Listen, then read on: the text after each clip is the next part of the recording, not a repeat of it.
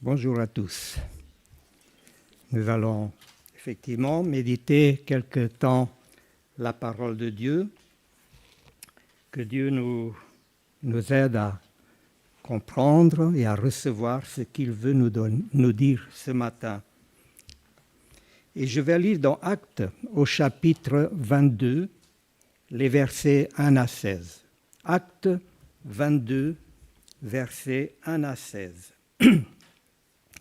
C'est Paul lui-même qui raconte ce moment extraordinaire où il a rencontré Jésus, où il a fait connaissance avec Jésus, où il a accepté Jésus comme son sauveur. Voilà ce qu'il dit. « Mes frères et mes pères, écoutez, je vous prie, ce que j'ai à vous dire pour ma défense. » Il était donc devant des ennemis de la foi devant qui il voulait justifier ce qu'il croyait et ce qu'il avait trouvé en Jésus. Lorsqu'ils l'entendirent parler en araméen, le calme se fit plus grand encore. Et Paul reprit, « Je suis juif, je suis né à Tars en Cilicie, mais j'ai été élevé ici à Jérusalem. C'est Gamaliel qui fut mon maître. Il m'a enseigné avec une grande exactitude la loi de nos ancêtres, et j'étais un partisan farouche de la cause de Dieu, comme vous l'êtes tous aujourd'hui. J'ai combattu à mort ce qu'on appelle la voie, en faisant enchaîner et jeter en prison des hommes et des femmes. Le grand prêtre et tout le conseil des responsables du peuple peuvent témoigner que je dis vrai. Car c'est dû précisément que j'avais reçu des lettres de recommandation pour nos frères. Je suis alors parti pour Damas, bien résolu à faire enchaîner et à ramener à Jérusalem afin de faire punir tous les adhérents de cette voie que je trouverais là-bas. Comme j'étais en chemin et que j'approchais de Damas, tout à coup, vers midi, une vive lumière a resplendi du ciel et m'a enveloppé.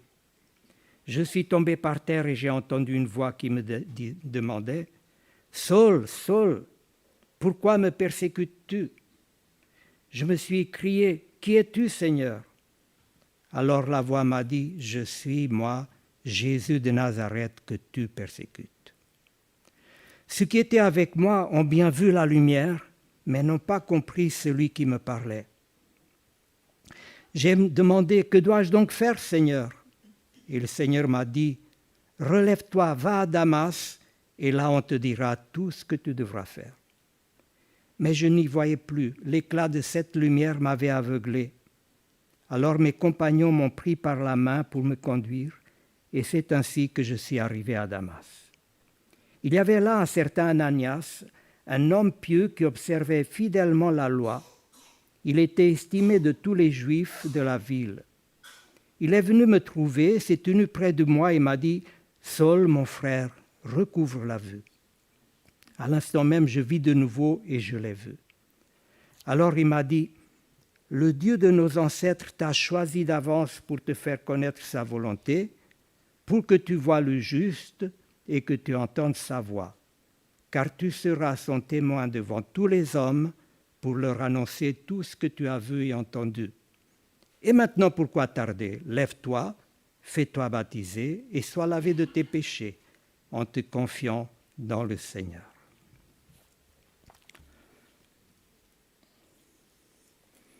Voilà le récit que Paul fait lui-même de sa rencontre et de sa conversion à Jésus-Christ. Au mois de mars dernier, nous avons lu ce que comment Luc lui-même il a raconté cet événement au chapitre 9. Donc. Et j'ai déjà pu partager quelques pensées sur cette extraordinaire rencontre de Paul avec le Seigneur. Nous avons vu que ce Saul de Tarse a cette lumière qui descend du ciel et qui lui parle, qui le renverse par terre et qui le rend aveugle. Saul pose cette question, « Qui es-tu, Seigneur ?» Et cette lumière éclatante répond « Je suis moi, Jésus, que tu persécutes. » La réponse de Jésus, en un instant, révèle ainsi à Saul de Tarse son énorme égarement. Subitement, il comprend qu'en persécutant les chrétiens, c'est Dieu lui-même qu'il persécute. En mettant à mort les disciples de Jésus, c'est le Dieu d'Israël dont il était pourtant si fier qu'il combat de toutes ses forces. En effet, Jésus ne lui a pas dit « Saul, Saul, pourquoi persécutes-tu mes disciples? Pourquoi persécutes-tu mon Église ?» Jésus lui a dit « Saul, pourquoi me persécutes-tu » Et cette question de Jésus révèle à Saul que sa haine n'était pas dirigée contre les hommes, mais contre lui, Jésus de Nazareth, Jésus le Fils de Dieu. La conséquence de cette prise de conscience, c'est que Paul se soumet immédiatement à Jésus. Il devient son sauveur, mais aussi son maître et son Seigneur. Il comprend maintenant qui est Jésus, et sa compréhension de la véritable identité de Jésus est certainement l'une des explications de son engagement sans faille au service de Dieu. Et Saul de Tarse devient l'apôtre Paul. Un ardent témoin de l'amour de Dieu, un disciple infatigable dans la prédication de la bonne nouvelle du salut en Jésus. Luc, l'auteur de ce livre des Actes, nous raconte ensuite comment Paul va faire des kilomètres et des kilomètres pour annoncer cette bonne nouvelle qu'il a découverte ce jour-là, pour l'annoncer aux païens, aux non-juifs. À travers les prédications de Paul, beaucoup se convertissent à Jésus-Christ. Et dans ces villes où des hommes et des femmes reçoivent la bonne nouvelle, Paul va mettre en place des églises, il les enseigne, il instruit les disciples dans la connaissance de Dieu et de sa volonté. Voilà en résumé de quoi nous avons parlé la dernière fois. Si Paul a fait ça avec autant d'amour et de zèle pour les disciples de Jésus, c'est parce que sur ce chemin de Damas et à Damas même, en plus de la divinité de Jésus, Paul découvre encore quelque chose d'autre. Il découvre, ou il comprend, l'unité qu'il y a entre Jésus et son Église. Il sait désormais que Jésus est un avec le Père, mais aussi qu'il est également un avec ses disciples. Il est un avec nous. Nous sommes tous membres du même corps, et la tête de ce corps, c'est Jésus lui-même. Et c'est Paul qui le dit un peu plus tard, quand il écrit aux chrétiens de Corinthe, Colossiens 1, verset 18. Paul comprend cela, il prend conscience de l'unité qu'il y a entre Jésus et son Église, et nous comprenons alors pourquoi il avait en lui un amour si fort pour les chrétiens, pour les églises qu'il avait fondées. Et c'est de cela que nous allons parler ce matin. Jusque-là, Paul avait été un meurtrier. Il avait fait assassiner des chrétiens, des bien-aimés de Dieu. Et la prise de conscience de son erreur a dû être très difficile à vivre pour lui. Plus tard, il écrira à Timothée au 1er chapitre « Je suis le premier, je suis le plus grand des pécheurs ». Et en disant cela, il pensait certainement à Étienne, sa première victime, le premier martyr de l'Église. Le chapitre 7 des Actes raconte sa lapidation. Et c'est bien lui, Saul de Tarse, qui a donné l'ordre de le lapider. Et Jésus, sur ce chemin de Damas, était en train de lui dire « Ce que tu as fait à Étienne, c'est à moi que tu l'as fait. » Et aujourd'hui encore, celui qui fait du mal aux disciples de Christ, aux enfants de Dieu, fait du mal au Seigneur lui-même. Et le contraire est vrai aussi. Celui qui fait du bien à l'Église, aux chrétiens, à ceux qui aiment le Seigneur, fait du bien au Seigneur lui-même. Saul voulait détruire l'Église. C'était son rêve, c'était son but. Mais la découverte qu'il fait ce jour-là va faire de lui un fondateur d'Église. Il aurait pu se lamenter sur lui-même, il aurait pu se laisser envahir et paralyser par le remords. Mais au lieu de cela, il a laissé Dieu remplir son cœur d'un amour et d'un zèle admirable pour le Seigneur, mais aussi pour les disciples du Seigneur. Paul sait maintenant qu'il ne peut pas dire qu'il aime le Seigneur s'il n'aime pas ses disciples. Quelque temps après sa rencontre avec Jésus sur ce chemin de Damas, Paul commence donc ses voyages. De ville en ville, avec ses compagnons, il annonce la bonne nouvelle, mais presque partout ils sont persécutés. Mais il n'hésite pas parfois à retourner là où il a failli être tué pour encourager les nouveaux disciples et pour organiser les églises. Il est infatigable et durant ses voyages, il écrit aussi des lettres à ces églises. Il prie pour elles. Sans relâche, il prie pour les chrétiens qu'il a laissés dans ces villes.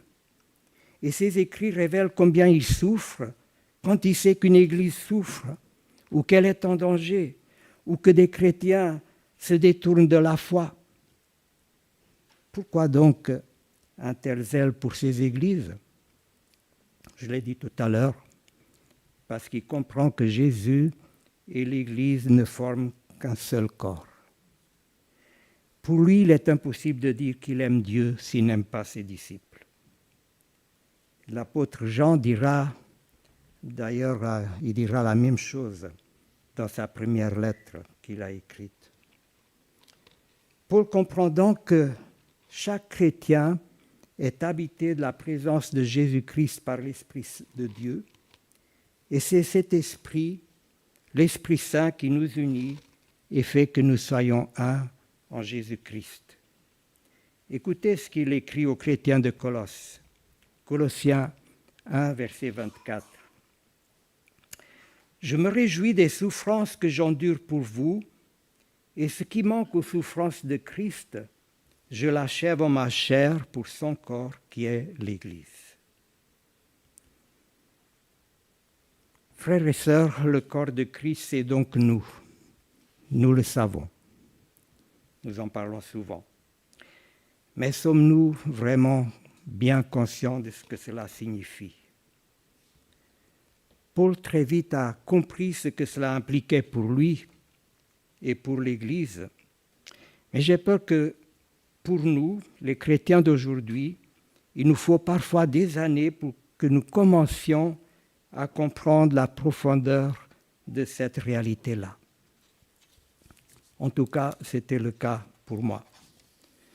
Si l'Église est le corps de Christ, cela veut dire que chacun de nous qui faisons partie de son corps, partie de l'Église, nous sommes donc membres les uns des autres. Et là aussi, je ne dis rien de nouveau. Nous savons ces choses. Et l'apôtre Paul les explique bien aux chrétiens de Corinthe et de Colosse. Nous savons ces choses, mais est-ce que nous les comprenons vraiment avec le cœur ? Avons-nous déjà vu un membre d'un corps faire du mal à un autre membre de son propre corps ? Ce serait une énorme anomalie, n'est-ce pas ? Et pourtant, cela arrive dans les églises. Il n'est pas possible de glorifier Dieu en faisant du mal à son corps, en blessant un membre de son corps, que ce soit par des paroles, que ce soit par des attitudes ou même des pensées. Celui qui fait du mal, qui blesse son frère, fait du mal et blesse le Seigneur. Et Jésus dira, pensons-y, c'est à moi que tu le fais. Si nous traitons avec indifférence un frère, c'est Christ que nous traitons avec indifférence. Si nous méprisons un frère ou une sœur, c'est Christ que nous méprisons. Si nous oublions un frère ou une sœur et ses besoins, c'est Christ que nous oublions. Et c'est injuste si certains dans l'Église nous les traitons comme des frères, des sœurs, et que d'autres nous les traitons comme s'ils n'étaient que des cousins ou des cousines. le plus petit d'entre nous, et ça seul le Seigneur peut le dire, qui est petit parmi nous. Mais le plus petit d'entre nous est un membre du corps du Seigneur au même titre que tous les autres. Et prendre soin les uns des autres, honorer le frère, la sœur à côté de moi, c'est prendre soin, c'est honorer le Seigneur lui-même, qui est la tête de son corps. Il est donc important que nous comprenions avec le cœur ce que Paul a compris quand le Seigneur lui a dit « Pourquoi me persécutes-tu » Paul comprend que Jésus et l'Église ne font qu'un. Ça l'a bouleversé. Et Paul va consacrer sa vie à faire des disciples, à les enseigner et à tout faire pour que les disciples restent unis entre eux et avec le Seigneur. D'ailleurs, Paul ne s'est pas contenté de prêcher l'Évangile. Partout où il est passé, et dès qu'il faisait des disciples, il avait une préoccupation. La préoccupation de savoir qui allait s'occuper d'eux après son départ. Qui va s'en occuper? Avec qui vont-ils se réunir? Qui va les nourrir de la parole de Dieu? Il formait les églises, il s'occupait d'elles, non pas parce que c'était son métier ou son gagne-pain, mais parce qu'il savait qu'en s'occupant de l'Église, il s'occupait de la présence même, la présence glorieuse de Jésus sur terre. Dans 2 Corinthiens, au chapitre 11, les versets 27 et 28, Paul parle de son zèle pour l'Église. Il dit ceci: « J'ai connu bien des travaux et des peines, de nombreuses nuits blanches, la faim et la soif, de nombreux jeûnes, le froid et le manque d'habits. Et sans parler du reste, je porte mon fardeau quotidien, le souci de toutes les églises. » Le souci de toutes les églises. Il s'intéressait à chaque frère dans chacune des églises qu'il avait fondées. Et parfois, nous devons le reconnaître, nous nous désintéressons de nos frères de notre propre Église. Paul est un exemple pour chaque chrétien. Je suis impressionné quand je lis le chapitre 16 de la lettre qu'il a écrite aux chrétiens de Rome. Paul y nomme un à un les chrétiens de cette Église. Dans ce chapitre 16, il en nomme 27. C'est beau. Paul y voyageait, il faisait des kilomètres dans des régions lointaines de son pays et de Rome, et il gardait dans son cœur ces noms, alors qu'il rencontrait des centaines et des centaines de personnes en allant de ville en ville. Que dit-il encore dans ses lettres? Je cite, « Je fais continuellement mention de vous dans mes prières. » Il dit ça aux chrétiens de Rome, il le dit également à ceux d'Éphèse. Alors pouvons-nous nous imaginer le temps qu'il passait à prier? C'est pour ça qu'il n'oubliait pas les noms. Je ne sais pas comment c'est pour vous, mais en ce qui me concerne, j'en ai honte. Je voudrais pouvoir imiter un petit peu l'apôtre. Alors pourquoi Paul était-il ainsi? Je sais, je me répète, mais c'est important. C'est qu'il n'avait pas seulement compris que Jésus est vivant, réel, Seigneur. Paul sait maintenant que Jésus et son Église sont un.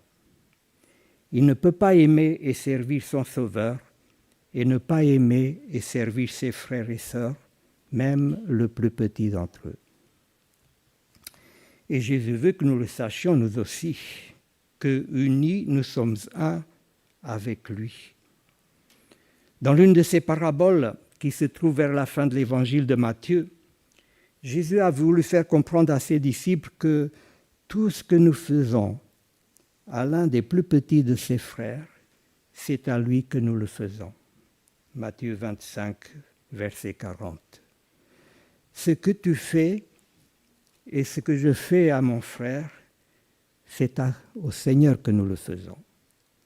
et le bien que je ne fais pas à mon frère, même si ce n'est qu'une salutation, même si ce n'est qu'un sourire, c'est la salutation ou le sourire que je ne fais pas à Jésus.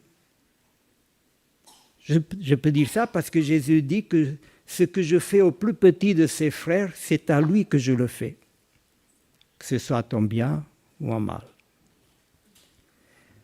La volonté de Dieu, c'est donc que chaque chrétien traite son frère avec la même bienveillance, la même gentillesse, le même amour, comme il voudrait être traité lui-même. Et Mathias, dimanche dernier, a bien mis l'accent sur cet aspect de la vie d'Église. Paul s'est appliqué à aimer ses frères et sœurs, et c'est sûrement la raison pour laquelle il souffrait quand il apprenait qu'un frère ou qu'une église souffrait.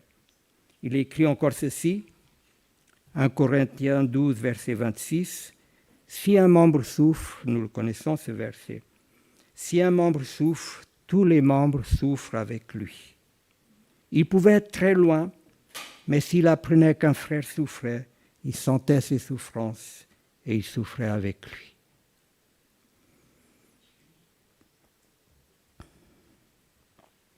Je trouve que c'est merveilleux de voir comment Jésus s'y est pris pour que Paul comprenne ces choses et qu'il comprenne très vite ce que je viens de vous dire.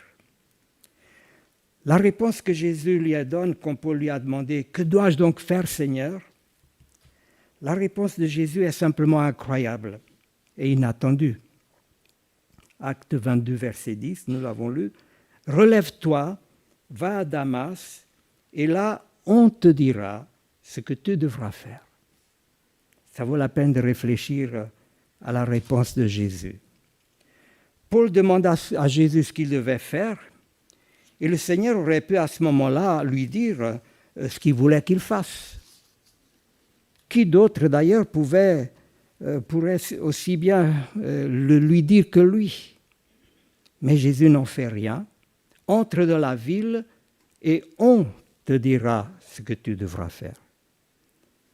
Et Paul va comprendre que Christ agit et accomplit son œuvre à travers qui? Ses disciples. À travers les membres de son corps que nous sommes. À travers le plus petit de nos frères. Christ agit dans l'Église pour la gloire de son Père ainsi. Je trouve cela extraordinaire.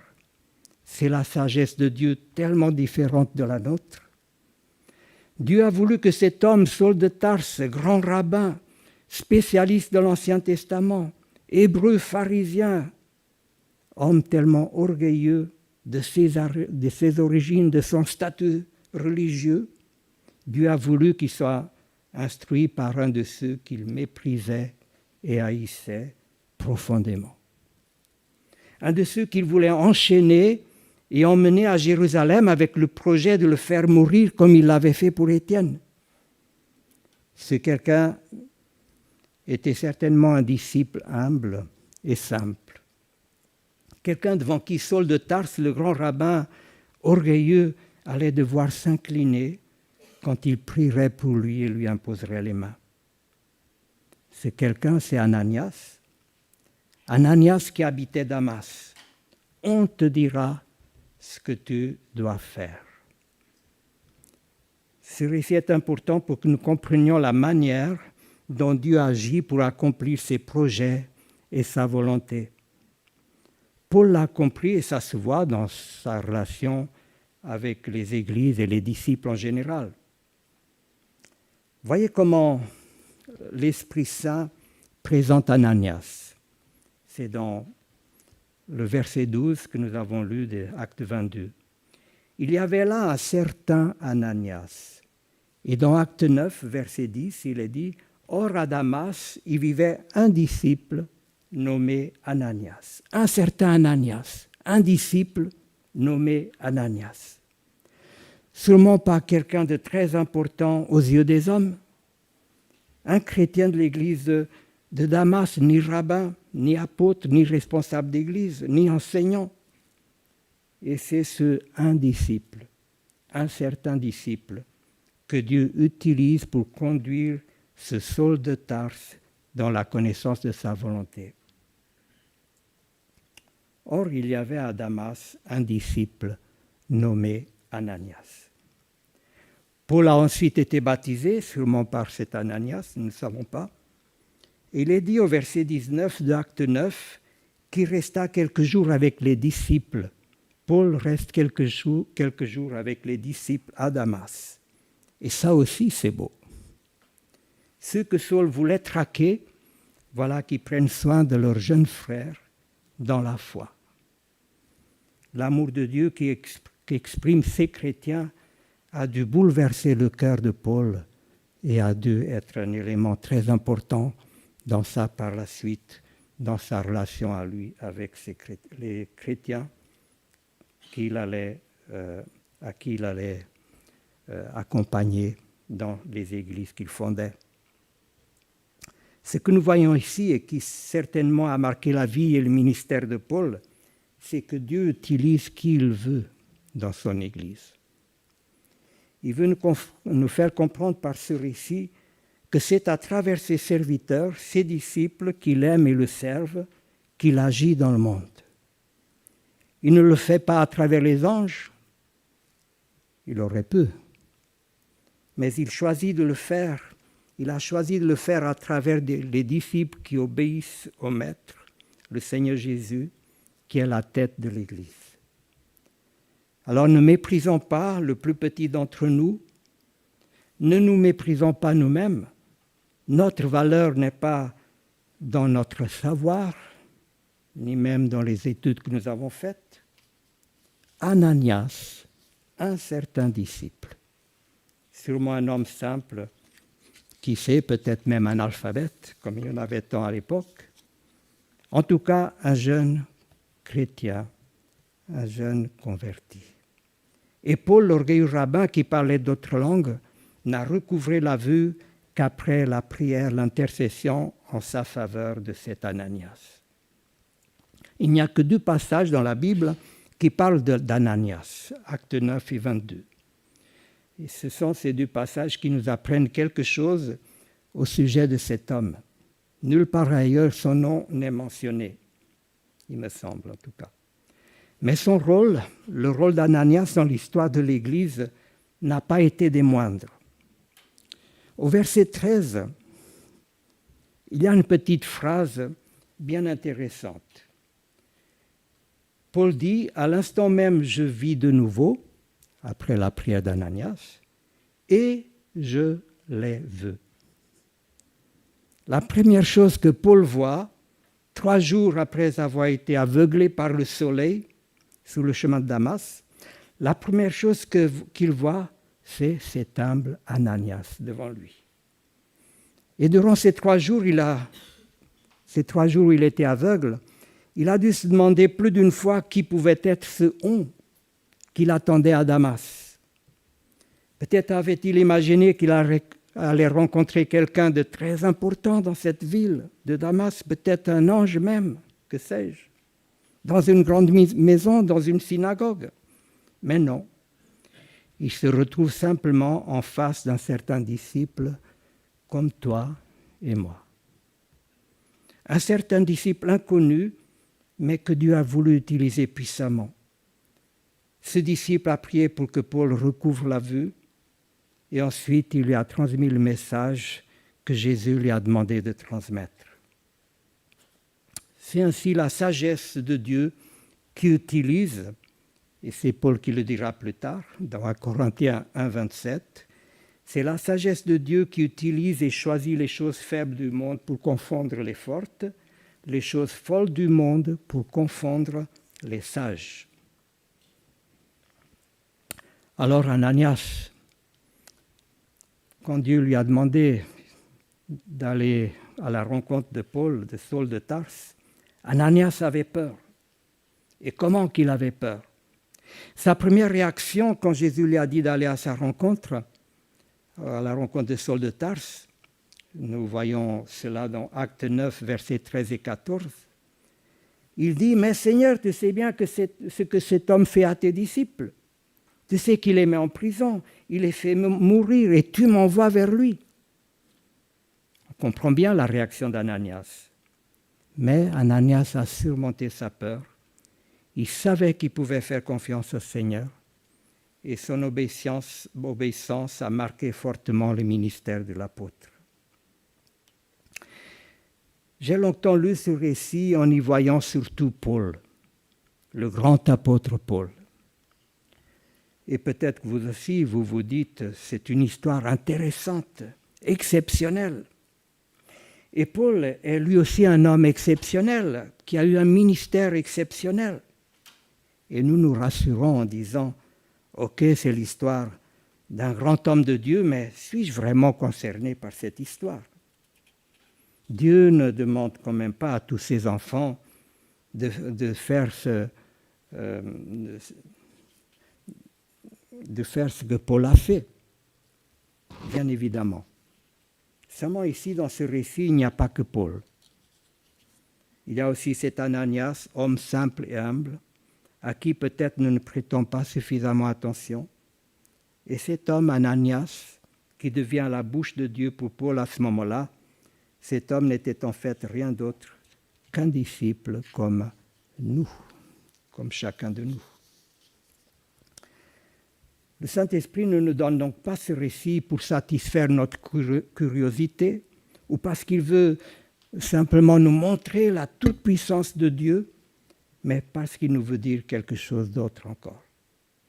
Et ce qu'il veut nous dire, c'est que Dieu utilise qui il veut. Il veut nous utiliser.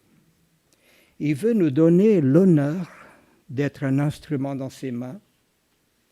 Il ne nous demandera pas forcément d'aller à la rencontre d'un Saul de Tarse, mais si nous faisons partie de son corps, c'est sûr, à chacun de nous ici présents, il demandera d'aller vers quelqu'un ou de faire quelque chose de bien pour le bien de quelqu'un. Peut-être nous demande-t-il ce matin quelque chose de très simple. Pourquoi pas aller saluer un frère, une sœur, au lieu de passer à lui ou d'elle sans le voir ou la voir.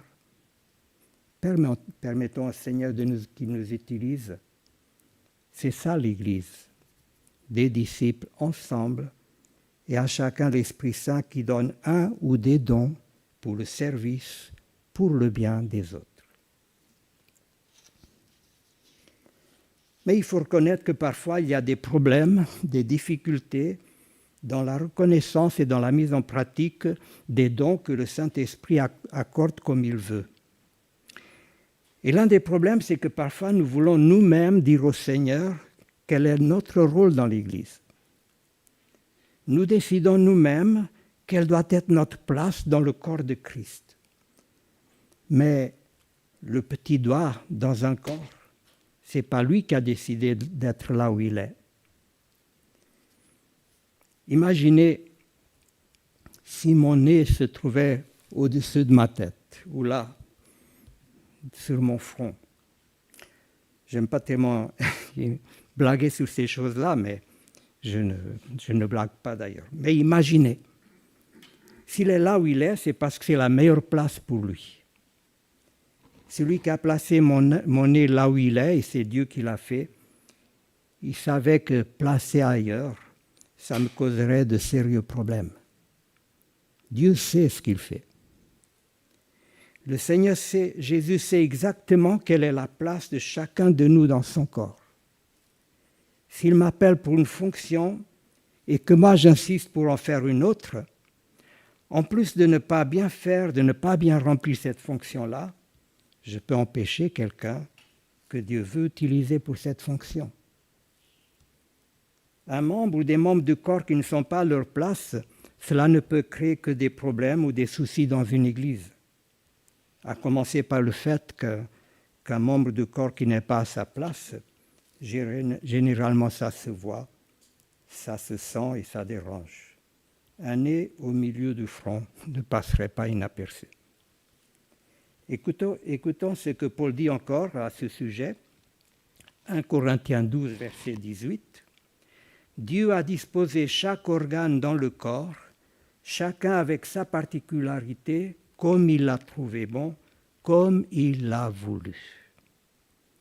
Chacun doit donc être là où le Seigneur l'a placé, là où le Seigneur a prévu qu'il soit.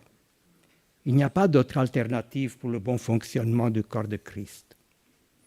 Mon rôle et le rôle de chacun de nous, ce n'est pas d'occuper une place parce qu'elle est libre, parce qu'elle est vide. Un pied ne va pas dire « Ah, je vais devoir prendre ce seau qui est là parce qu'il n'y a pas de main pour le faire ».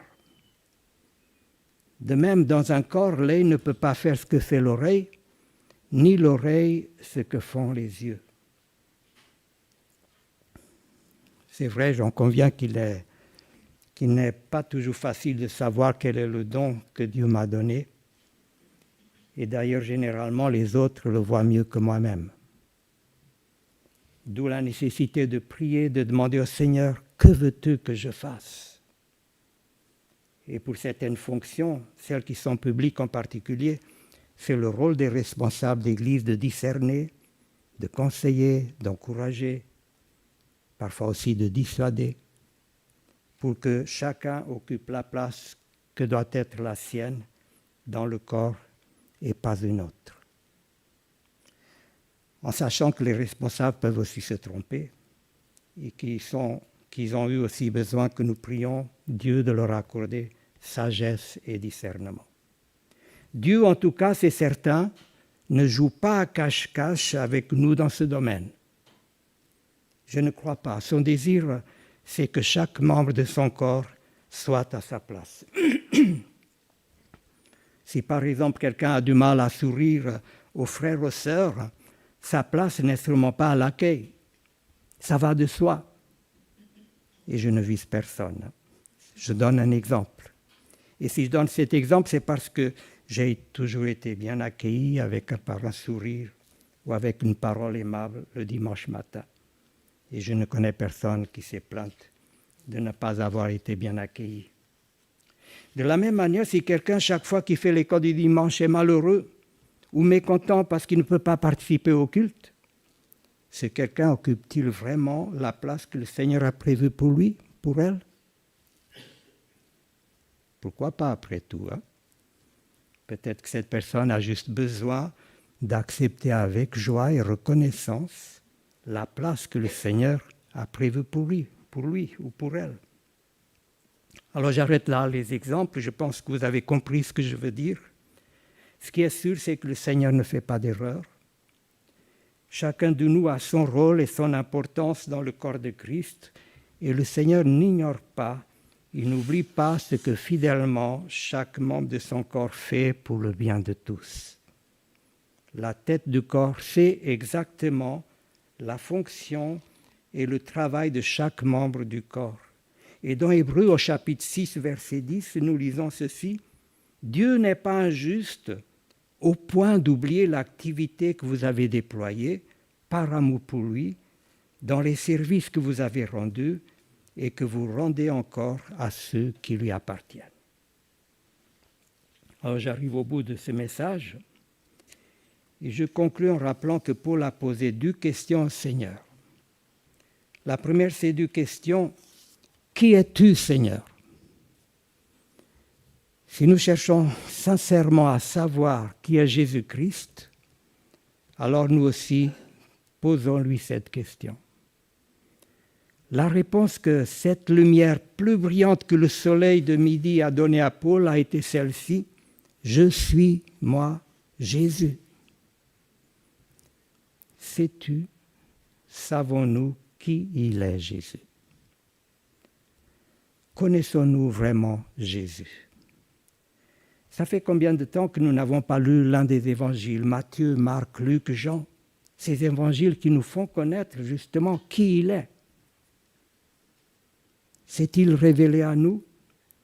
Avons-nous la certitude qu'il est Dieu ? Qu'il est celui qui a reçu tout pouvoir sur le ciel et sur la terre ? Qu'il est à la droite du Père et qu'il reviendra pour nous prendre toujours auprès de lui ? Pour toujours auprès de lui ? Ces certitudes sont-elles bien ancrées au fond de nos cœurs ? Ce Jésus s'est-il révélé à toi ou est-il simplement un Jésus historique comme on en parle tant aujourd'hui, à la radio, à la télé ou simplement entre les hommes. Nous avons besoin de Jésus véritable, de Jésus vivant qui règne et qui régnera éternellement. Nous avons besoin de ce Jésus à qui André et Jean ont demandé un jour, nous trouvons cela dans Jean chapitre 1, « Maître, où habites-tu » Et Jésus leur a répondu, « Venez et vous verrez. » Ils sont allés, il était 4 heures de l'après-midi, et Jean dit qu'ils sont restés avec lui le reste de la journée. Et le résultat, c'est qu'ensuite André a couru chercher Simon, son frère, pour le conduire lui aussi auprès de Jésus. La deuxième question que Paul a posée est celle-ci. « Seigneur, que veux-tu que je fasse ?» Quand avons-nous posé cette question au Seigneur pour la dernière fois? Peut-être que tu ne lui as même jamais posé cette question. Si la première question, « Qui es-tu, Seigneur ?» il nous faut continuer à la poser toujours et encore, car il veut toujours plus et mieux se faire connaître à nous. La deuxième, « Seigneur, que veux-tu que je fasse ?» il nous faut également continuer à la lui poser. Prosterné, comme Paul était prosterné là au milieu de ce chemin de Damas, quand il a posé cette question. Sachant que si nous la posons avec un cœur sincère, comme Paul l'a posé avec un cœur sincère, alors le Seigneur va nous prendre au mot et il va peut-être nous conduire là où nous nous attendons le moins. Il est Seigneur, il est Maître, et nous ne l'oublions pas, nous sommes serviteurs. Si nous appelons Jésus Seigneur, alors rappelons-nous, il est vraiment Seigneur, qu'il le soit effectivement dans nos vies à chacun de nous. Je vous propose d'un tout